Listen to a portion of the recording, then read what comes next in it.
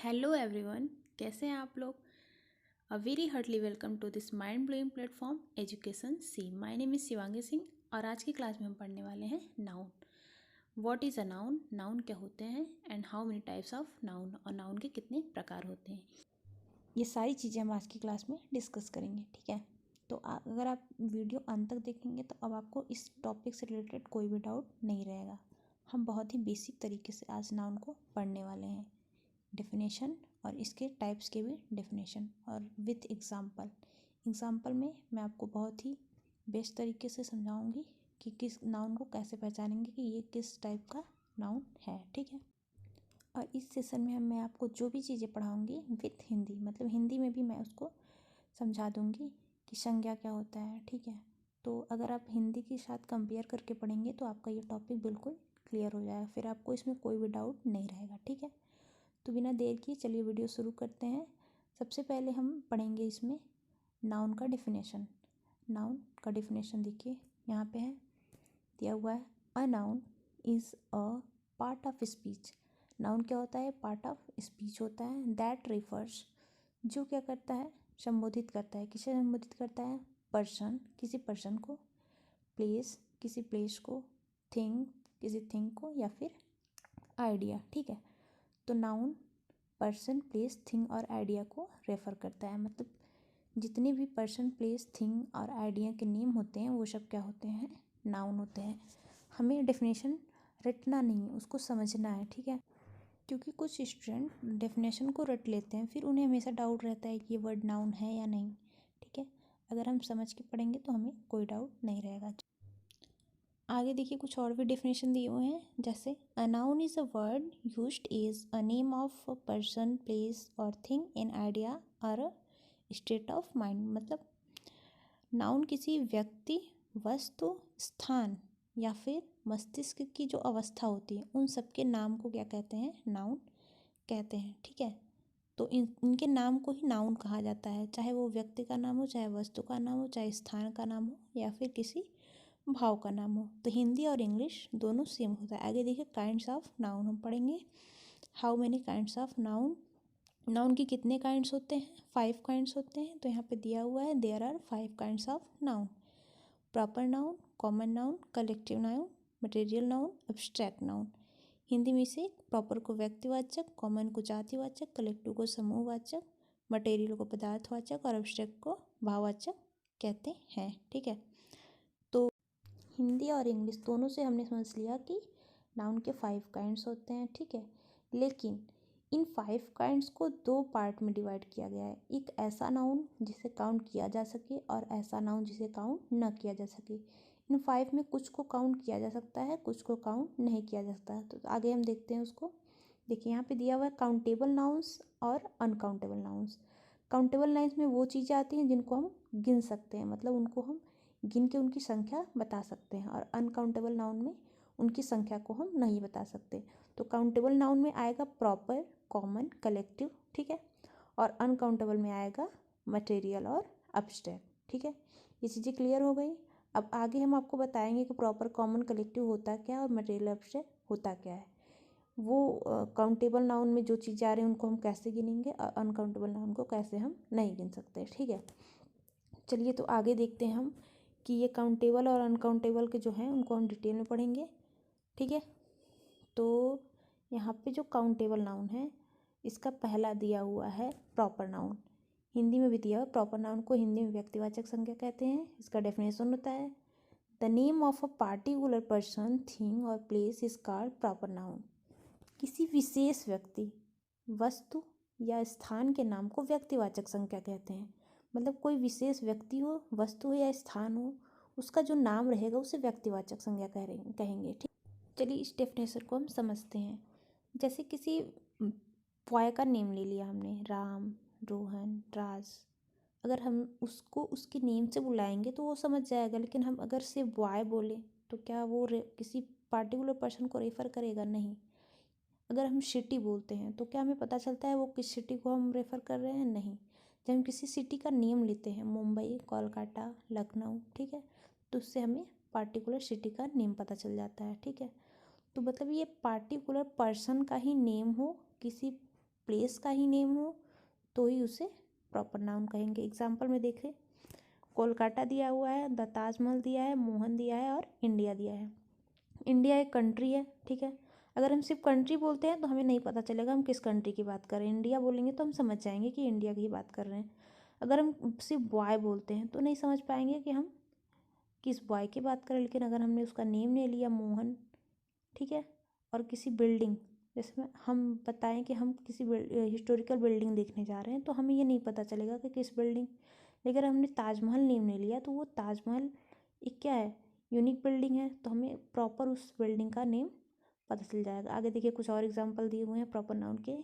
जैसे जॉन एक प्रॉपर लड़के का नाम है, कैथरीन एक प्रॉपर गर्ल का नेम है, इंडियन एक प्रॉपर कल्चर का नेम है, इंडिया एक कंट्री का नेम है, जनवरी एक मंथ का नेम है, और the Statue of Liberty, Mother's Day, Sunday, तो ये किसी प्रॉपर चीज़ का ही नेम है, ठीक है। जैसे डे, सिर्फ डे बोला तो हमें नहीं समझ में आएगा, संडे बोल दिया तो समझ जाएंगे।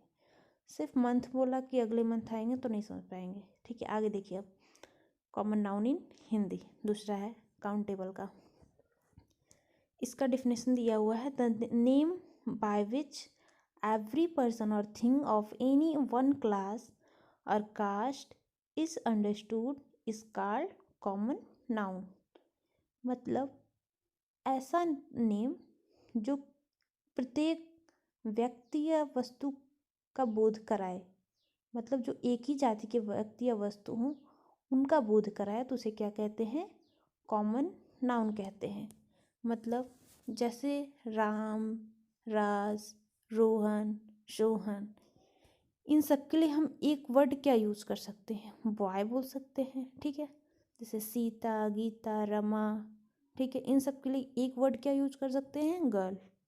तो यहाँ पे देखिए दिया हुआ एग्जांपल सेंटेंस में उसको अंडरलाइन भी किया गया है, जैसे trees, cows, birds, garden, book.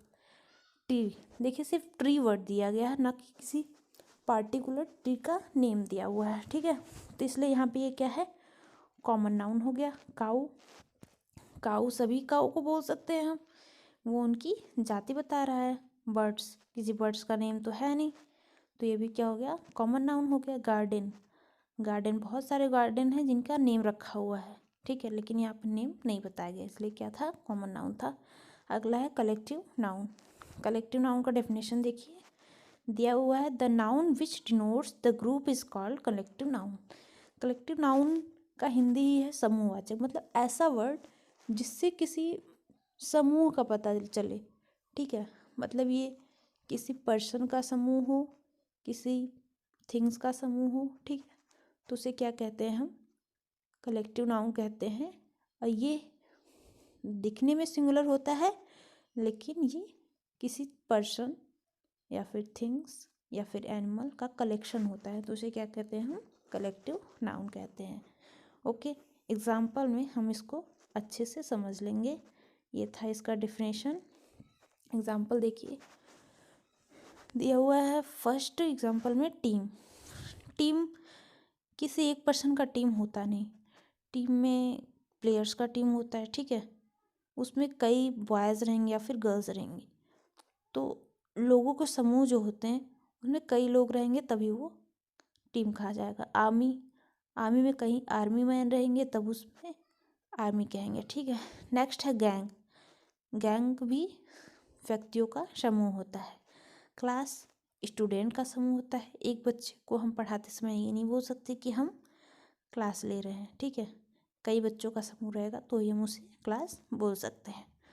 तो आपको ये चीज़ें समझ में आ गई होंगी, ठीक है। आगे हम कुछ इसके दूसरे नाउन पढ़ेंगे।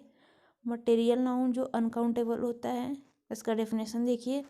मटेरियल का हिंदी ही दिया हुआ है पदार्थ।